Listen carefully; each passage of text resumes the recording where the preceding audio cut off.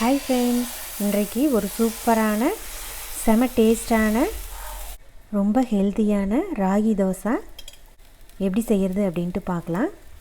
வாங்க வீடியோக்குள்ளே போகலாம். அதுக்கு முன்னாடி என் சேனலை சப்ஸ்கிரைப் பண்ணாதவங்க சனா டெலிஷியஸ் குக்கிங்க்கு சப்ஸ்கிரைப் பண்ணுங்கள். பக்கத்துலேயே இருக்கிற பெல் பட்டனை கிளிக் பண்ணுங்கள். அப்போ தான் நான் போடுற வீடியோவை நீங்கள் மிஸ் பண்ணாமல் பார்க்கலாம். இப்போ ராகி தோசைக்கு மாவு ரெடி பண்ணிக்கலாம். 2 கப் ராகி மாவு, 1 கப் கோதுமை மாவு, ரொம்பவும் பொடியாக கட் பண்ண ஒரு பெரிய வெங்காயம், ரொம்பவும் பொடியாக கட் பண்ண பாலாக்கீரை, ரொம்பவும் பொடியாக கட் பண்ண முட்டைக்கோசு. உங்களுக்கு எந்த காய்கறி வேணுமோ அந்த மாதிரி விருப்பத்துக்கு தகுந்த மாதிரி நீங்கள் சேர்த்துக்கலாம். ரொம்பவும் பொடியாக கட் பண்ண கறிவேப்பிலையும் கொத்தமல்லி தழையோட தண்டும் போட்டுக்கலாம். 1 ஸ்பூன் சீரகம்,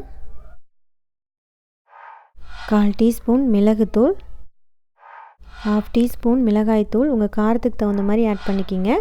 1/2 டீஸ்பூன் பெருங்காயத்தூள், தேவையான அளவு உப்பு போட்டு நல்லா பிசைஞ்சிக்கலாம். 2 ஸ்பூன் நல்லெண்ணெய் ஊற்றிட்டு நல்லா பிசைஞ்சிக்கலாம். தேவையான அளவு தண்ணி ஊற்றிக்கலாம். நல்லா கட்டியே இல்லாமல் கரைச்சிக்கணும்.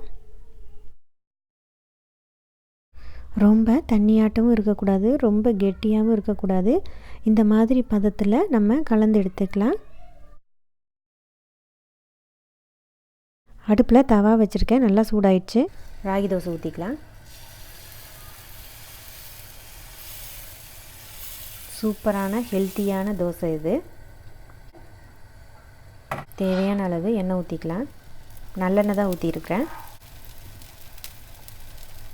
அடுப்பை வந்து மீடியம் ஃப்ளேம்லேயே வச்சுக்கோங்க.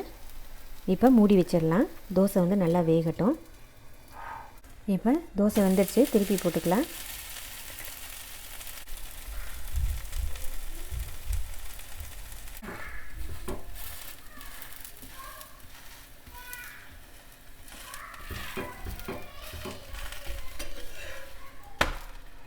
அவ்வளோதான், நம்மளோட சூப்பரான ராகி தோசை தயாராகிடுச்சு. இந்த ரெசிப்பியை உங்கள் வீட்டில் நீங்கள் மறக்காமல் ட்ரை பண்ணி பாருங்கள். இந்த வீடியோ பிடிச்சிருந்ததுன்னா லைக் பண்ணுங்கள், ஷேர் பண்ணுங்கள், கமெண்ட் பாக்ஸில் கமெண்ட் பண்ணுங்கள். என் சேனலை சப்ஸ்கிரைப் பண்ணாதவங்க மறக்காமல் சனா டெலிஷியஸ் குக்கிங்க்கு சப்ஸ்கிரைப் பண்ணுங்கள். ஓகே ஃப்ரெண்ட்ஸ், நான் மறுபடியும் இதே மாதிரி சூப்பரான வேறொரு ரெசிபியுடன் உங்களை வந்து சந்திக்கிறேன். நன்றி, வணக்கம்.